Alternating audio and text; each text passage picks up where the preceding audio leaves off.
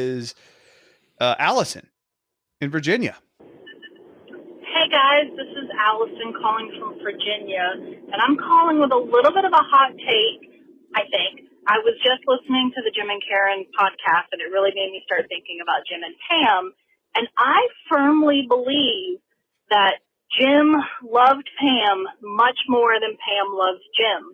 I think Pam just wanted to be in a marriage, and I think she had a lot of emotional trauma from the whole Roy thing, but I think at the end of the day, Pam really just wanted to be in a relationship, kind of like how she thought her parents were in a really great relationship prior to their divorce, and that Jim the whole time only had eyes for Pam, and every decision he ever made was revolving around Pam, and he let her go to art school or really supported that, and then when Jim has this one venture that he really wants to do, Pam is like, I don't know how much I like that. Let's just stay in Scranton and live in our house with a creepy clown painting and have babies, which is fine for Pam to want. But I think Jim was much more committed in that relationship to Pam specifically. And I think that had Jim actually met someone else along the way, that would have been much more interesting to see him in a vested relationship versus these kind of placeholders, because it was always Pam. So that's how I feel about that. Feeling kind of cynical like Sean right now, but you know what? That's the basement I love to live in. So go Team Sadness. Oh man, that's the basement I love to live in. Hell yes. Go Team Sadness. Hell yes. 2020, right there. Allison, I'm right there with you. Yeah. It's an interesting take. It's an interesting take. I've never thought about it like this before. I mean, okay. I think everybody kind of, I don't know. I mean, season 9, Pam is kind of frustrating, like, for not being on board with Jim wanting to do athlete. I think everyone can agree on that.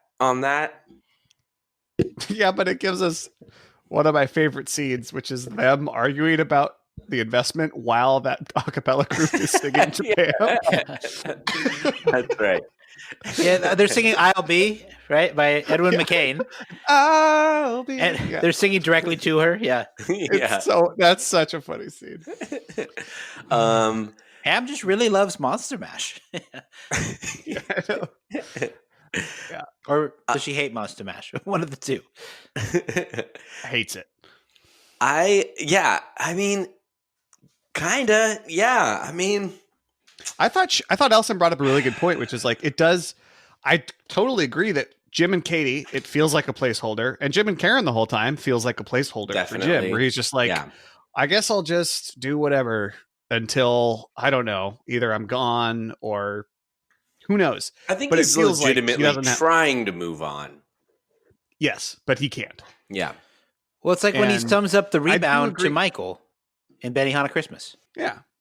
And he knows he's not happy, but it's an interesting take that was Jim more invested in it than Pam. And it's obviously true that this starts from a place of friendship between the two, and it starts from a place of Pam already being engaged.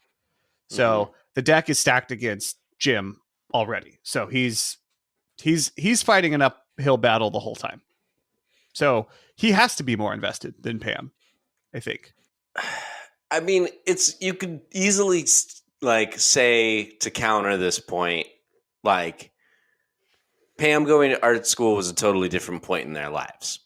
Like, they literally weren't even engaged. Well, sorry, that all just got garbled, Sean. You just say your response. You said you could respond to this. I mean, you could counter this point by saying, like, Pam going to art school, they were at a totally different point in their lives. They weren't even engaged when she first made the decision to go. And Jim wanting to do athlete could still be a gamble, and he would be leaving town and they would have to uproot and all this other stuff. So you could say that. You could.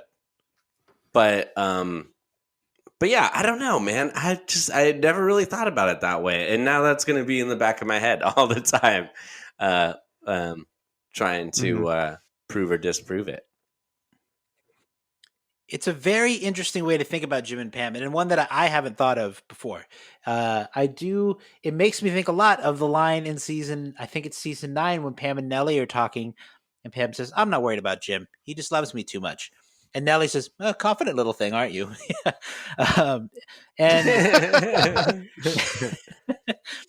it is true that Jim is the one who seems to be making these grand romantic gestures all the time, up until the end of the show, when Pam makes her big Jim gesture by moving to Austin. Yeah. But I mean, I think there's a lot of validity to it. And like, maybe that's part of the reason why Jim feels the need to make these big gestures or big decisions for them, I guess. And it is true that he pays a lot less attention to her and the kids when he gets invested in athlete. Mm-hmm. It's true. Yeah. There is also that meme of Pam in season 4 saying to Jim, "I want to see more Philly Jim in Second Life," and then juxtaposed with her like crying to Brian. "What do I do, Brian?" Right. I think Elson's right though, because it's a natural thing that, I mean, for Pam, their relationship evolved over time as a crush and friendship that evolved into the relationship. As I feel like the whole time Jim is like, "That's who I want to date," and even though Pam may have thought that, she was never realistically confronted that for her. So I think she's probably right here that early on that's probably was the case, because Pam didn't give herself the green light to like fully love Jim for a while, right? Whereas I think Jim was just like head over heels the whole time. So there's probably some truth to it. But yeah, I think that's the way it shakes out in episode 9 or season 9 is a source of great debate and dialogue about the two of them. But you know, we've still haven't done a Jim and Pam episode, so down the road. That's crazy.